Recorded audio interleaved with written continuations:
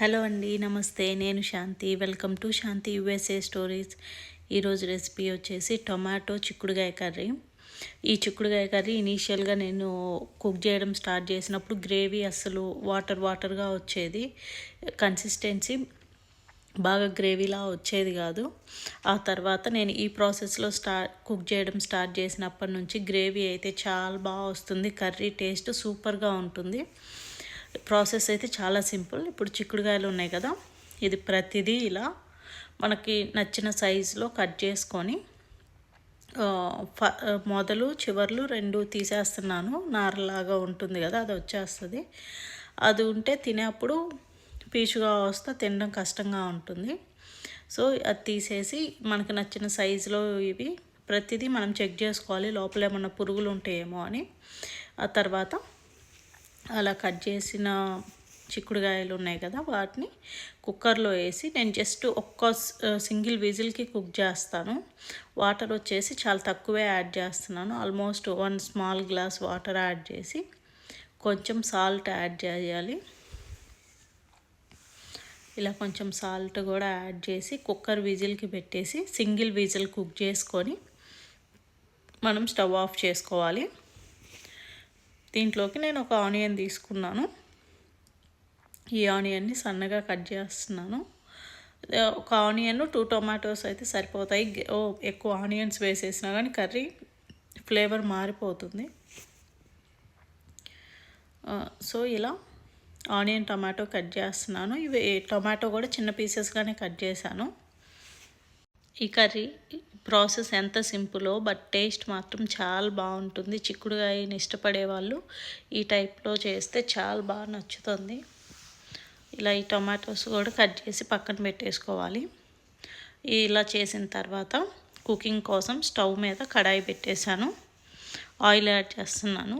చాలా తక్కువ oil add చేశాను. మనం ఇది గ్రేవీ కర్రీస్ కాబట్టి ఆయిల్ ఎక్కువ యాడ్ చేయాల్సిన అవసరం లేదు. ఆయిల్లో ఆవాలు జీలకర్ర యాడ్ చేసిన తర్వాత కట్ చేసి పెట్టుకున్న ఆనియన్స్ పచ్చిమిర్చి యాడ్ చేశాను. ఇవి కొంచెం కలిపేసి ఫ్రై అవ్వనివ్వాలి. దీంట్లో ఇప్పుడు కొంచెం ఒక 1/2 స్పూన్ సాల్ట్ యాడ్ చేశాను. నేను ఆల్రెడీ కొంచెం పసుపు యాడ్ చేశాను. బీన్స్లో కొంచెం మనం కుక్ చేసుకునేప్పుడు సాల్ట్ కొంచెం యాడ్ చేసాం కాబట్టి ఇప్పుడు యాడ్ చేసే సాల్ట్ ఆనియన్స్కి టమాటోకి సరిపోయేంత యాడ్ చేసుకుంటే సరిపోతుంది. ఇది ఇలా కొంచెం ఫ్రై అయిన తర్వాత 1 స్పూన్ అల్లం వెల్లుల్లి పేస్ట్ యాడ్ చేస్తున్నాను. ఈ అల్లం వెల్లుల్లి పేస్ట్ కూడా ఈ ఆనియన్స్తో కలిసి పచ్చివాసన పోయేలాగా కలుపుకుంటూ ఫ్రై చేసుకోవాలి. ఇలా అంతా పచ్చివాసన పోయేలాగా కుక్ అయిన తర్వాత టొమాటోస్ని యాడ్ చేయాలి. ఈ టొమాటోస్ కూడా ఆల్రెడీ మనం ముందే కట్ చేసి పెట్టుకున్నాం కదా, సో అన్నీ కట్ చేసి పెట్టుకోవడం వల్ల కుకింగ్ చాలా స్పీడ్గా అయిపోతుంది. ఈ టొమాటోస్ని కూడా ఆనియన్స్తో అంతా కలిపేసి ఇవి కుక్ అయ్యేలాగా మనం కుక్ చేసుకోవాలి. ప్రాసెస్ అంతా సిమ్లోనే చేస్తున్నాను నేను. ఇప్పుడు లిడ్ పెట్టేసి టొమాటోస్ కూడా స్మూత్గా కుక్ అయ్యేలా కుక్ చేసుకోవాలి. చూసారు కదా, ఆల్మోస్ట్ టొమాటోస్ 80% కుక్ అయ్యాయి. ఈ స్టేజ్లో మనం ఈ గంట ఉంది కదా, గంట రివర్స్లో పెట్టి ప్రెస్ చేసుకుంటా కలుపుకుంటే టొమాటో పీసెస్ కూడా స్మాష్ అయిపోతాయి. ఇలా అంతా ప్రెస్ చేస్తా గంటతో ప్రెస్ చేసి స్మాష్ చేసిన తర్వాత లిడ్ పెట్టేసి ఒక 2 మినిట్స్ కుక్ చేసుకోవాలి. ఈ టైంలో ఈ టొమాటోస్ మనకి ఈ మెయిన్ ఈ కర్రీలో టొమాటోస్ బాగా కుక్ అయ్యి గ్రేవీలాగా ఫామ్ అవుతుంది. ఆ టొమాటోస్ ఎంత బాగా కుక్ అయితే మనకి కర్రీ గ్రేవీ అంత చక్కగా ఫామ్ అవుతుంది.